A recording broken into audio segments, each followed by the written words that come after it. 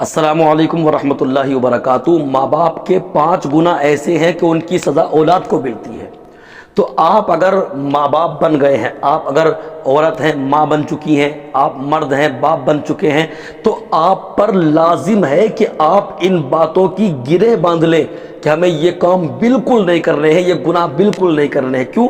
کیونکہ کریں گے آپ، سزا آپ کی اولاد کو بھگتنی پڑے گی۔ تو کیا آپ چاہتے ہیں کہ آپ کے گناہوں کی سزا آپ کی اولاد بھگتے؟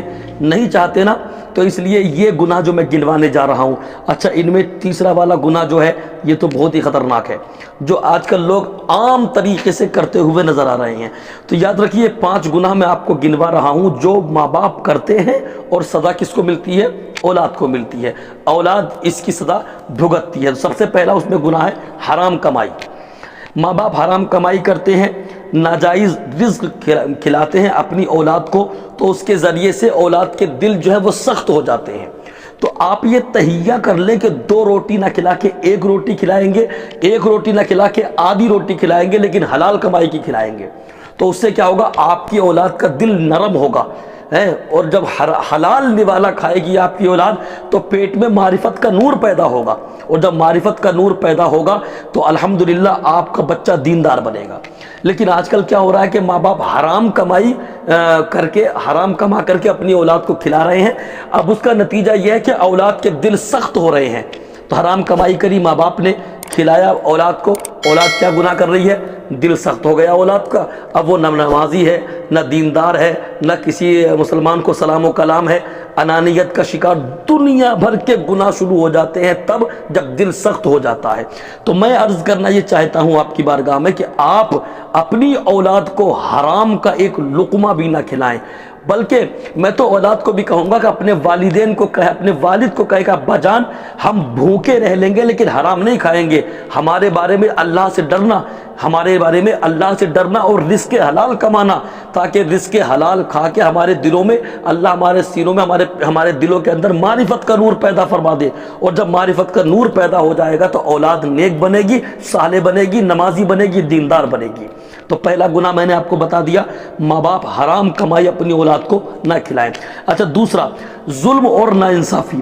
دیکھیے دوسروں کا حق مارنے کی سزا ہے نا، آپ نے ظلم کیا کسی پہ، ناانصافی کری، دوسروں کا حق مارا اور مار کے وہ مار لیا آپ نے۔ اب یہ جو آپ نے حق مارا ہے، آپ تو دنیا سے چلے جائیں گے، ٹھیک ہے؟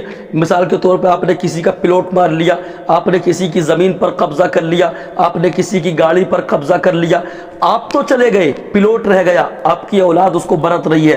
تو یاد رکھیے یہ آپ کی نسل جب اس کو برتے گی، حرام کا ہے نا وہ بھی، تو ظاہر سی بات ہے وہ بھی گناہ گار ہے۔ تو اس طریقے سے یہ نسلوں میں منتقل ہوتا رہے گا۔ تو آپ کو یہ کرنا ہے کہ ظلم اور ناانصافی بالکل نہیں کرنی ہے، دوسروں کا حق بالکل نہیں مارنا ہے، عزت کی زندگی جینا ہے، اور عزت کی زندگی جی کے اپنے بچوں کو بھی تعلیم دینا ہے کہ میرے بیٹو تمہیں بھی عزت کی زندگی جینا ہے، ظلم نہیں کرنا ہے، ناانصافی نہیں کرنی، دوسروں کا مال بالکل نہیں مارنا ہے۔ یہ دوسرا گناہ تھا۔ اچھا تیسرا گناہ یہ ہے کہ بد اخلاقی، گندی زبان۔